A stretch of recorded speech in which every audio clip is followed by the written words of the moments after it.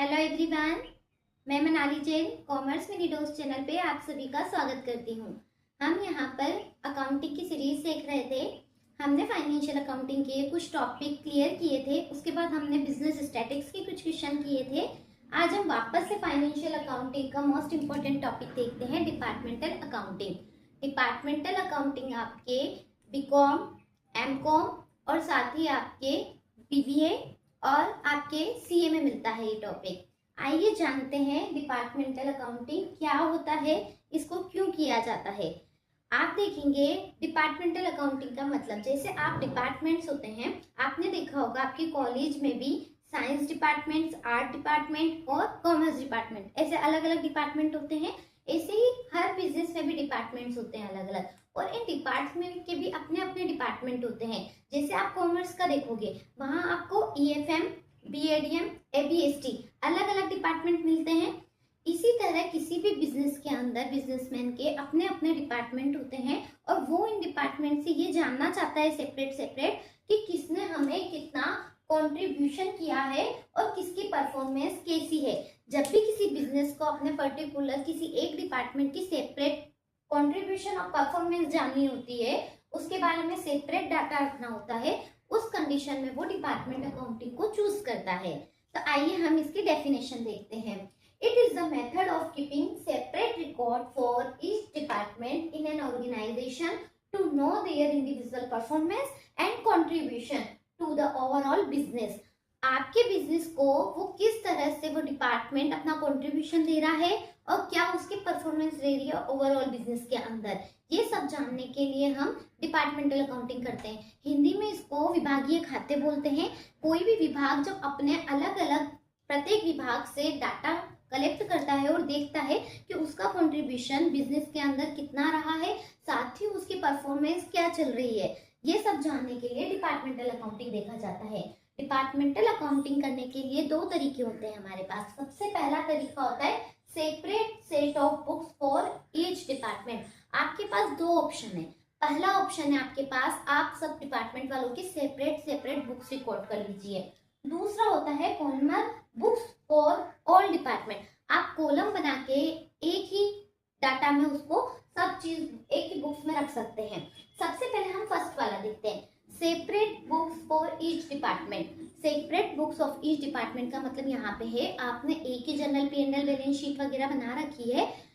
उस कंडीशन में आप क्या करेंगे, अलग अलग रखोगे उनके। जैसे मान लीजिए आपके पास 3 डिपार्टमेंट है, A, B, C। आप A के डिपार्टमेंट के अलग रखोगे, फाइनेंशियल अकाउंटिंग सारी अलग करोगे उसके स्टेटमेंट। B की अलग रखोगे, C का अलग रखोगे। जैसे A का हमने ट्रेडिंग P&L बैलेंस शीट अलग रखा, B का अलग रखा और C का अलग रखा।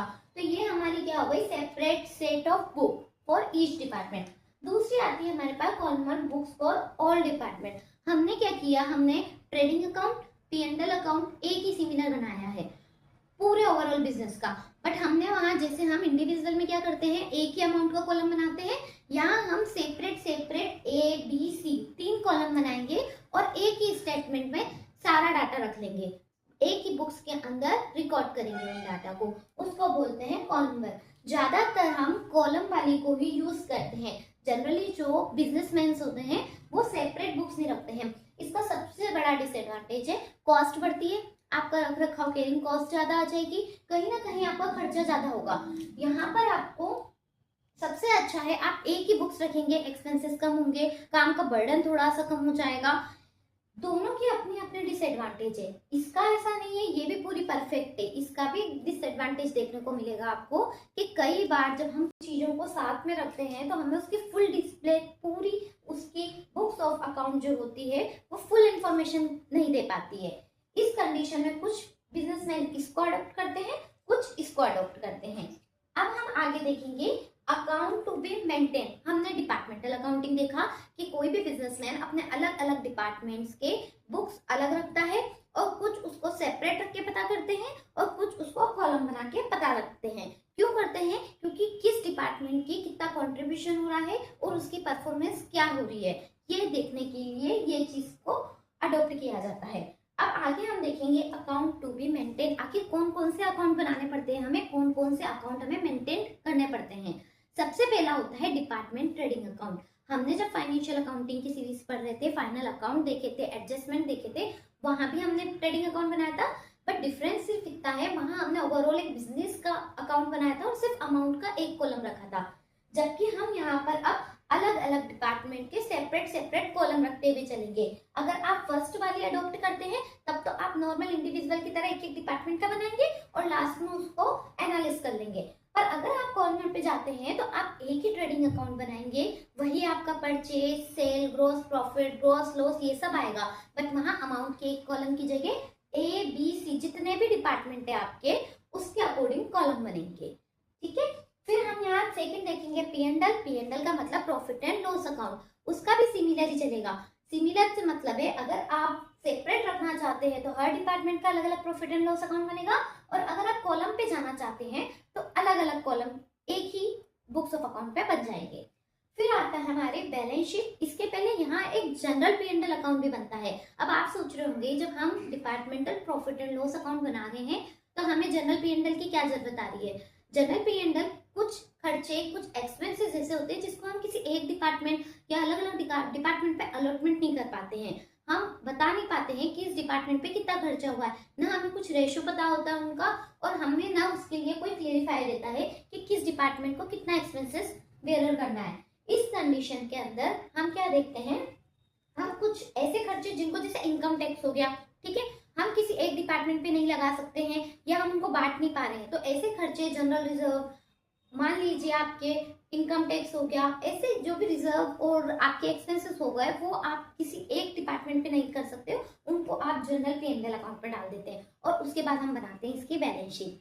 कई बार हमें स्टॉक को भी मेंटेन करके चलना पड़ता है। मान लीजिए आप स्टॉक रिजर्व बना रहे हैं, इंटर डिपार्टमेंट ट्रांसफर कर रहे हैं, तो उस कंडीशन में आप क्या करेंगे, यहाँ पे आप स्टॉक को भी मेंटेन करके चलेंगे। तो हम यहाँ पर कौन से अकाउंट मेंटेन करेंगे, departmental trading account, departmental P and L account, आपको जनरल अकाउंट को भी मेंटेन करके चलना पड़ेगा पी एंड एल के, बैलेंस शीट हो गया और आपका स्टॉक रिजर्व अकाउंट हो गया। अब यहाँ पर हम देखेंगे आगे, जब नेक्स्ट वीडियो आएगी हम इसके न्यूमेरिकल पोर्शन देखेंगे। कुछ न्यूमेरिकल पोर्शन देखने के पहले दो तरह से डिपार्टमेंटल अकाउंटिंग में एंट्रीज होती है। आपने देखा होगा कुछ डिपार्टमेंट अपने ही डिपार्टमेंट से रॉ मटेरियल खरीद के खुद के यहाँ पे फिनिश गुड्स ही बनाते हैं, और एक डिपार्टमेंट होता है वो डायरेक्ट अपने डिपार्टमेंट से परचेज नहीं करता है, वो आगे से ऑर्डर लेता है, आगे से माल खरीदेगा और अपने यहाँ पे सिर्फ उसको प्रोसेस करेगा। तो इन दोनों कंडीशन में क्या होता है, पहली वाली कंडीशन में जब हम अपने ही डिपार्टमेंट से सामान ले रहे हैं तो वो हो गया हमारा इंटर डिपार्टमेंट। आप यही माल किसी और से लेते तो भी आप उसको बाहर से लेते, परचेज करते, तो उसकी भी आप अकाउंटिंग रखते ना। इसीलिए अगर एक डिपार्टमेंट से दूसरे डिपार्टमेंट में कोई चीज जा रही है तो हम इसको इंटर डिपार्टमेंट ट्रांजेक्शन कहेंगे। जो हम न्यूमेरिकल करेंगे वहां हम समझेंगे कि जब हम अपने ही डिपार्टमेंट से कोई चीज को लेते हैं तो हम उसकी एंट्री कैसे करेंगे और उसकी पोस्टिंग बुक्स ऑफ अकाउंट पे किस तरह से की जाएगी। आई होप आप सभी को समझ में आया होगा डिपार्टमेंटल अकाउंटिंग क्या होती है, इसको क्यों किया जाता है किसी भी बिजनेसमैन के द्वारा, और हम इसको कितनी तरह से अडॉप्ट कर सकते हैं, और हमें इसके अंदर कौन कौन से खाते मेंटेन करके चलना है। नेक्स्ट लेक्चर में हम इसके न्यूमेरिकल पोर्शन देखेंगे, जिससे आपको और क्लियरिफाई हो जाएगा कि हम चीजों को कैसे एडजस्ट करेंगे यहाँ पे। आई होप आप सभी अच्छे होंगे। आपको अगर वीडियो पसंद आया है तो please like, comment and share कीजिए एंड सब्सक्राइब करना ना भूलें। Thank you.